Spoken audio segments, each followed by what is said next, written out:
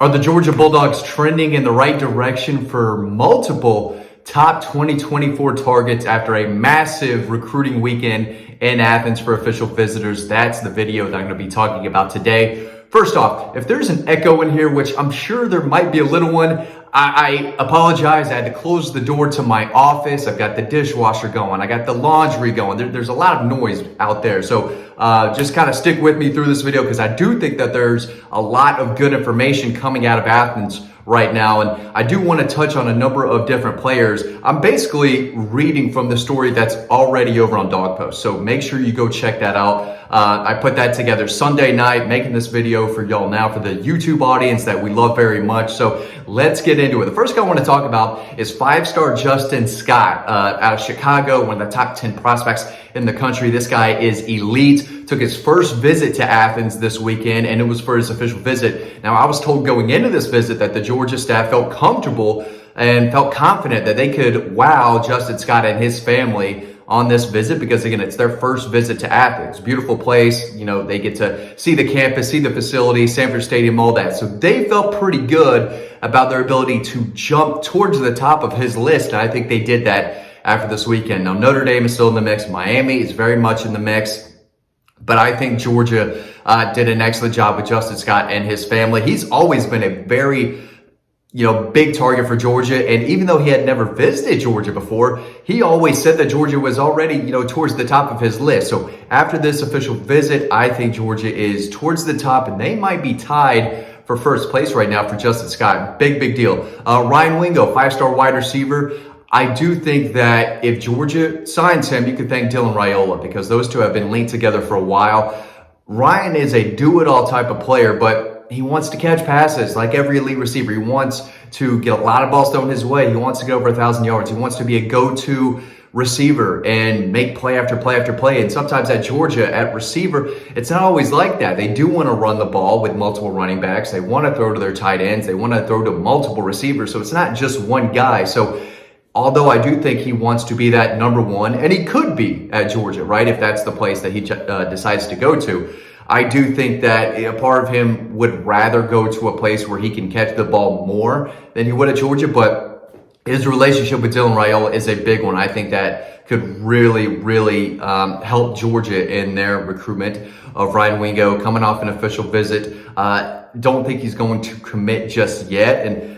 But I do think Georgia's probably in the driver's seat. If he were to commit today, I would say Georgia. Now, the question that I always get after a massive recruiting week is how many commits are coming? Are any coming this week or any close? There are two guys that I have my eye on, one on offense and one on defense.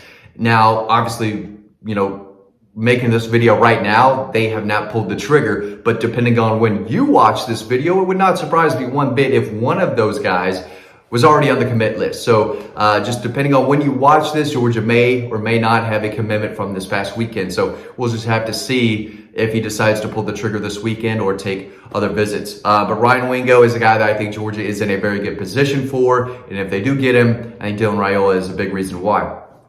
Daniel Calhoun, I thought Georgia was the leader for him going into this visit. I think that's a Georgia-Alabama battle, just a massive 6'6", 340-pound offensive tackle. Was at Centennial. He's now at Walton. Took his official visit this weekend. He still has a few more visits to go. I don't think he's going to pull the trigger yet. I'm expecting probably a July decision, but still has Alabama, still has Texas, Auburn, and I think I'm missing one more, Tennessee. So I don't see him at Tennessee, don't see him at Auburn, and don't see him at Texas.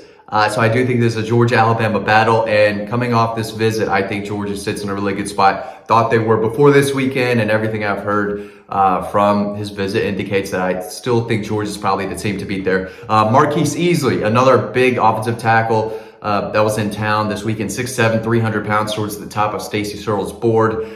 He gave me very brief summaries, not an interview guy, okay? He said, I did everything, I saw everything, and I loved it. Georgia just feels special.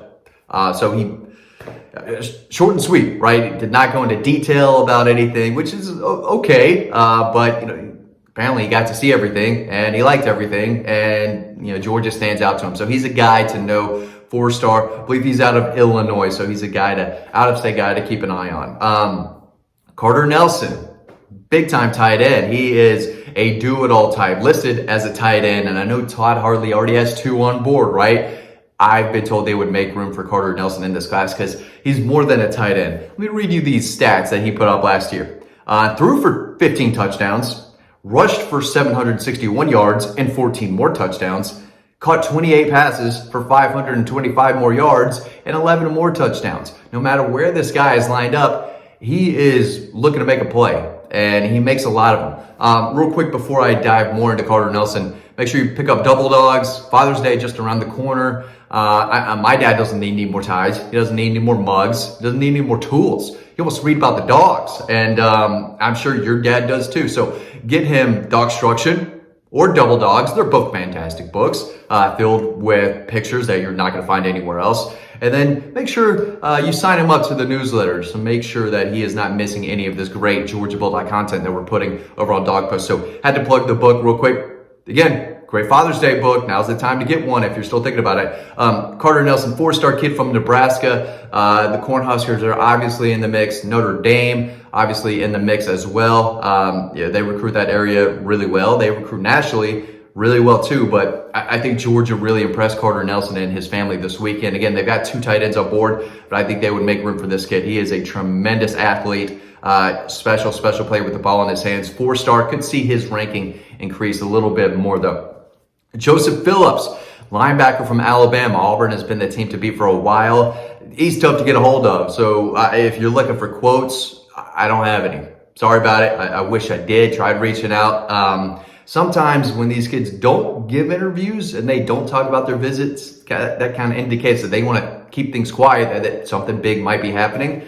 But he was in town 2 weekends ago for a scavenger hunt weekend. He was back in town this weekend for his official visit. And I think Sammy Brown is trending heavily to Clemson right now. We'll see if he ends up taking the rest of his official visits. But always thought Clemson, for the most part, especially early in his recruitment until this spring, I thought Clemson was the team to beat for Sammy Brown. Thought Georgia really made up some ground and probably took the lead in his recruitment maybe several weeks ago. This spring, I really like where Georgia sat, but he took an official visit to Clemson this past weekend, and that staff, like Georgia staff, they do a great job with these kids and their parents on campus, and they put a little pressure on these kids. Hey, you want to be all in or you want to take other visits? All in, other visits. They kind of put that on these kids and their families, and it's worked out for Dabo.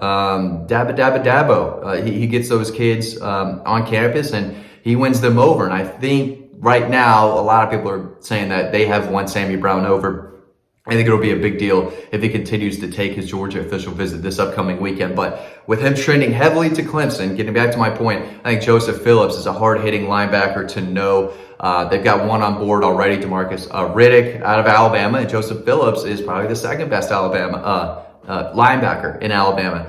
So 2 visits to Athens in 3 weeks. That says a lot about how much they like him, how much he likes Georgia. And I think he's a linebacker to keep an eye on. Williams and Warney and Winery. I'm not sure I'll ever get that right. Big time defensive line target. He's another guy that I think Georgia is trending in the right direction for. I'm not ready to say that they lead right now, but if Oklahoma and Tennessee are the 2 teams out in front going into an official visit with the University of Georgia, 2-time national champions, everything I've been told is that Georgia's right there with them now. They made up a lot of ground, and I could definitely see Georgia beating out Tennessee and Oklahoma for an elite defensive lineman. I've been told that, they showed him the wall, right? All these first-round guys who played on the defensive line at Georgia have gone on to do big things in the NFL, and they've had the best defense in college football without a doubt, easily for the last 2 years, including arguably the best defense in college football history in 2021. So it's easy to lay out a plan for an elite defensive lineman. And he's the number 6 prospect in the country. I think Trey Scott and Georgia did a very good job with him and his family this weekend. And I think they are very much right with Tennessee and Oklahoma right now. We'll see if they still are after the visit high wears off. But I like Georgia's chances right now to be in the thick of it. Not saying they lead, not saying they're going to land this kid, but I think they gave him a lot to think about. Dylan Stewart is another kid that I think, Georgia still has some work to do. Alabama, Ohio State, South Carolina are the 3, I think, big schools in the race. Georgia's in the race too. They made it top 5, and excuse me, I'm pretty sure they're in that top 4. He took an official visit, and it's one he had scheduled months and months ago. So I just haven't heard back from sources a ton about his recruitment and his visit as much as I'd like to, throw some info out there, but still a guy to know. But I don't think Georgia, is the new leader for Dylan Stewart, another top 10 defensive lineman. He's an edge guy, pass rushing machine. So I do think Georgia made up some ground for a good amount of targets that they were not leading for this weekend. Obviously, Nye Carr was in town, Peyton Woodyard was in town, Ellis Robinson in town. These are all current commitments. Dylan Raiola, 5-star quarterback, was in town. But as far as targets go, that's basically a quick synopsis of how it went. And who knows, maybe one of those guys I just talked about pops and jumps on board and commits to the G in the next day or two. We'll see. But we've got more scoop over on Dawg Post. You can read more about all of these targets over there. And again, if there's an echo, sorry about it. Next time I'll have the laundry done. The dishes will be done. And so I can leave the door open and the echo will be gone. So that's a my bad on that one. But, household chores got to get done. When you work from home, you got to keep up with all that stuff. You don't want to hear about that. You want to hear about the dogs, and you can read all of this info and more over on Dawg Post. Thanks for watching. Sorry about the echo.